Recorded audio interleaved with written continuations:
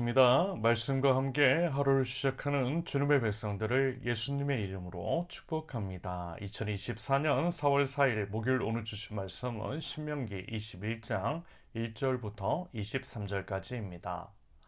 주 당신들의 하나님이 당신들에게 주셔서 차지하게 하시는 땅에서 누구에게 살해되었는지 알 수 없는 사람의 죽음이 들에서 발견될 때에는 장로들과 재판관들이 현장에 나가서 그 죽음 주위에 있는 성읍들에 이르는 거리를 재십시오.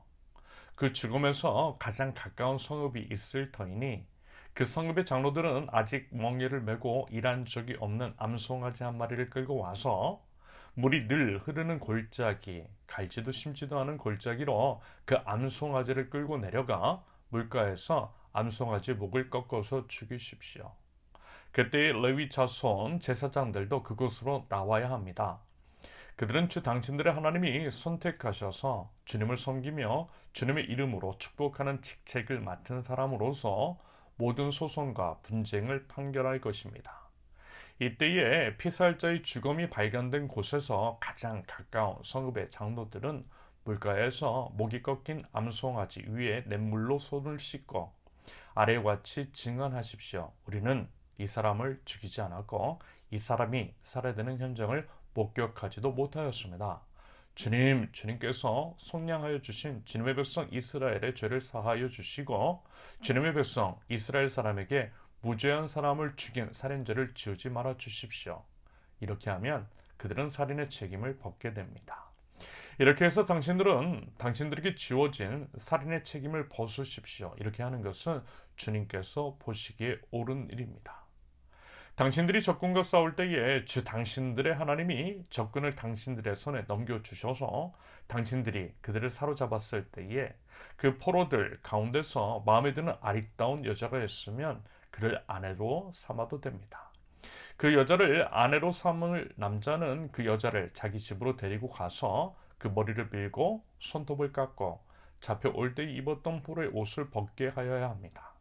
그리고 한 달 동안 집 안에 있으면서 자기의 부모를 생각하면서 애곡하게 하여야 합니다. 그런 다음에라야 동참할 수 있습니다. 이렇게 하여 부부가 됩니다. 그 뒤에 그 여자가 더 이상 남편의 마음에 들지 않으면 그 여자의 마음대로 가게 하여야 하며 돈을 받고 팔아서는 안 됩니다. 남편이 그 여자를 욕부였으므로 종으로 팔아서는 안 됩니다. 어떤 사람에게 두 아내가 있는데 한 사람은 사랑을 받고 다른 한 사람은 사랑을 받지 못하다가 사랑받는 아내와 사랑받지 못하는 아내가 다 같이 아들을 낳았는데 맏아들이 사랑받지 못하는 아내의 아들일 경우에 남편이 자기 재산을 아들에게 물려주는 날에 사랑받지 못하는 아내에게서 난 맏아들을 제쳐놓고 사랑받는 아내의 아들에게 장자권을 줄 수는 없습니다. 반드시 사랑받지 못하는 아내의 아들을 맏아들로 인정하고 자기의 모든 재산에서 두 몫을 그에게 주어야 합니다. 그 아들은 정력의 첫 열매이기 때문에 맏아들의 권리가 그에게 있는 것입니다. 어떤 사람에게 아버지의 말이나 어머니의 말을 전혀 듣지 않고 반항만 하며 고집이 세워서 아무리 타일러도 듣지 않는 아들이 있거든 그 부모는 그 아들을 붙잡아 그 성읍에 장로들이 있는 성문 위에 회관으로 데리고 가서 그 성읍의 장로들에게 우리 아들이 반항만 하고 고집이 세워서 우리의 말을 전혀 듣지 않습니다. 방탕한 데다가 술만 마십니다. 하고 호소하십시오. 그러면 그 성읍의 모든 사람이 그를 돌로 쳐서 죽일 것입니다. 이렇게 하여서 당신들 가운데서 악을 뿌리 뽑아야 합니다. 그래야만 온 이스라엘이 그 일을 듣고 두려워할 것입니다.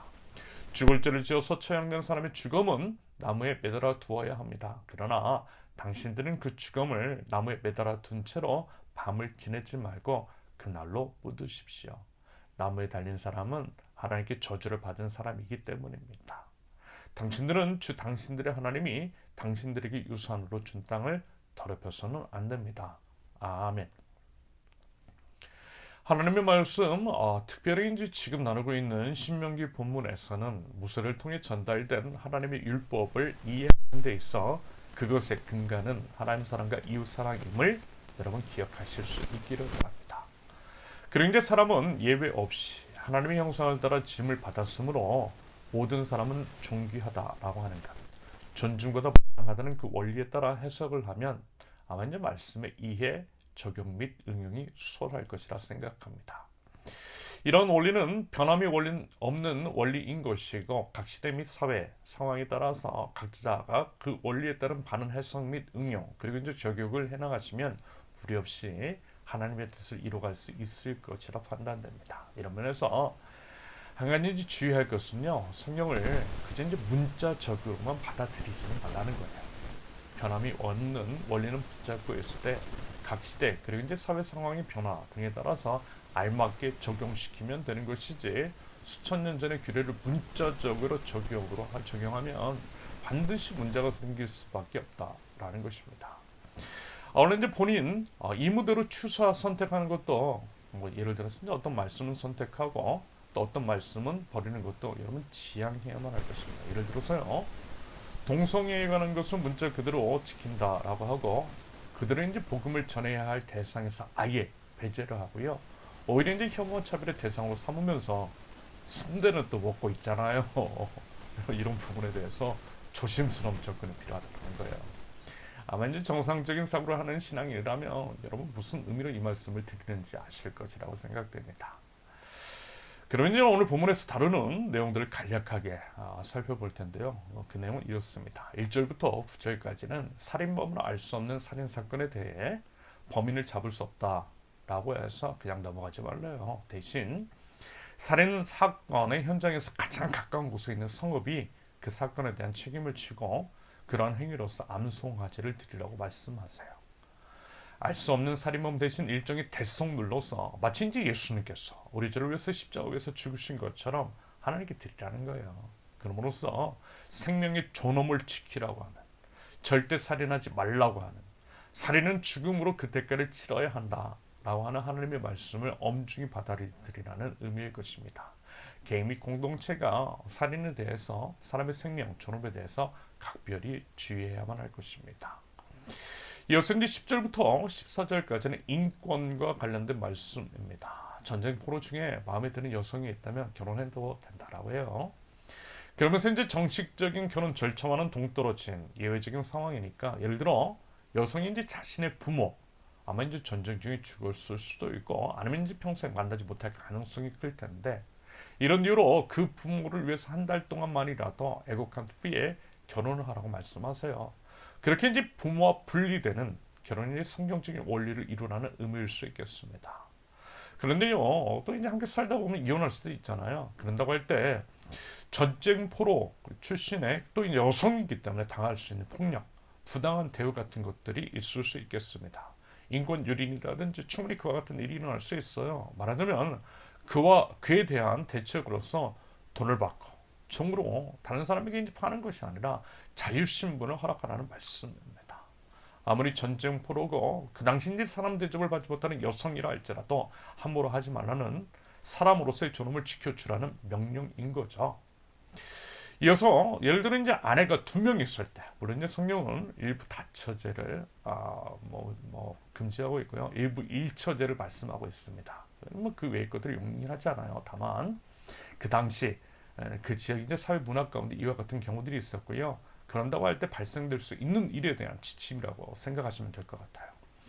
아무튼 이제 아무래도 아내가 이제 2명 있으면 둘 다 동일하게 사랑할 수 없겠죠. 하나는 더 좋아할 수 있고요, 하나는 또 오히려 미워할 수 있겠습니다. 그런다고 할 때 2명이 다 아들을 낳는다면 미워하는 여인이 먼저 아들을 낳았음에도 불구하고 사람 마음이 또 그렇더라는 거예요. 좋아하는 여인의 그 나중에 낳은 그 아들을 장자로 삼고 싶은 것이 사람의 마음이더라는 것입니다. 그런다고 할 때 제발 그러지 말라는 거예요. 설령 덜 좋아하는 아내가 먼저 아들을 낳았으면 그 아들에게 장자권을 보장해 주라는 것입니다. 그러므로써 상대적으로 미움을 받는 그 아내도, 그리고 이제 그 아들에게도 선함이 덜하도록 하라는 하나님의 배려일 것 같습니다. 그리고 여러분, 사람 마음이 또 이래요. 사랑을 못 받는 것도 서러운데 먼저 태어났음에도 불구하고 본인의 어머니가 사랑을 받지 못한다라고 하는 이유로 장자권까지 박탈당하게 되면 여러분, 그 억울함요, 서운함을 넘어서 원망과 그에 따른 복수로까지 이어질 수 있는 법입니다. 말하자면 이런 모든 것들까지 배려하시는 하나님의 깊은 마음이 느껴지는 것 같아요. 하나님이 이런 분이시라는 것입니다. 다음 18절에서 21절까지 말씀 한마디로 부모의 말을 듣지 않고 제멋대로 허랑방탕하게 사는 자식이 있다면 부모가 그 자식을 마을 장로들의 입회 아래 돌로 쳐서 죽일 수 있는 권한이 있다라는 것입니다. 물론 이제 여기에서 방점은요, 여러분 돌로 쳐서 죽이라는 것이 아니라 그만큼 부모의 말씀에 순종하라는 것이겠죠. 보이는 부모에 대한 순종은 보이지 않는 하나님에 대한 순종으로 이어지는 법입니다. 한편 이 말씀은요, 신약 성경에 등장하는 집 나간 둘째 아들의 이야기와 더불어 살펴보시면 좋을 것 같아요. 그 이야기에서 아버지의 마음, 하나님 아버지를 대변하는 그 아버지가 얼마나 대단한지가 여러분 느껴지실 거예요. 한마디로 그 아버지는요, 둘째 아들을 공개적으로 돌팔매 사형에 처할 수 있었다라는 거죠. 하지만 아버지는 그렇게 하지 않았어요. 대신 끝까지 사랑으로 기다렸던 것을 우리는 기억합니다. 무슨 얘기죠? 여러분, 이것이 바로 아버지 하나님의 본심이라는 것입니다. 그러므로 부디 하나님의 마음, 그 마음을요, 우리가 이제 알았어요. 바른 반응을 보일 줄 아는 주님의 자녀들, 저와 여러분들이 있을 수 있기를 바랍니다. 마지막으로 22절과 23절은 남은 이제 사형수를 매달 때의 이제 지침입니다. 예수님께서 이제 십자가 위에 매달리셨기 때문에 예수님께서 경험하셨던 것과도 연결이 될 것 같아요. 예수님의 시체도 밤새도록 몇 날 며칠을 매단 것이 아니라 어두워지기 전에 드렸잖아요. 결국 이것은요, 인간의 존엄과 관련된 사항이겠습니다. 아무리 이제 사형수라 할지라도 인간으로서의 존엄을 지켜주는 것이 마땅하다라고 하는 것. 그리고 그 이유는 늘 말씀을 드리듯이 모든 사람은 하나님의 형상을 따라서 지음을 받은 존귀한 존재이기 때문입니다.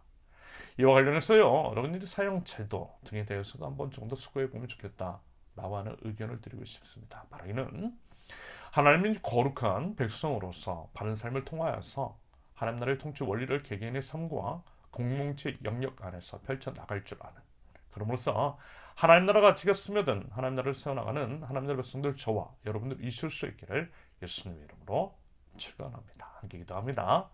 하나님 나라의 거룩한 백성으로서 거룩의 삶을 지향합니다. 작은 죄에도 아파할 줄 아는 영적인 민감성을 하나님 저에게 허락하여 주시고 오직 거룩하신 우리 주 예수 그리스도 주님께서 흘리신 보혈을 의지하여서 거룩에게 몸부림이 있는 거룩한 하나님 나라 백성들 저희 될 수 있도록 우리 하나님 인도하여 주시옵소서. 예수님의 이름으로 기도합니다. 아멘. 하나님께서 오늘 주신 말씀과 각자의 기도 제목을 넣고 우리 잠시 기도합니다.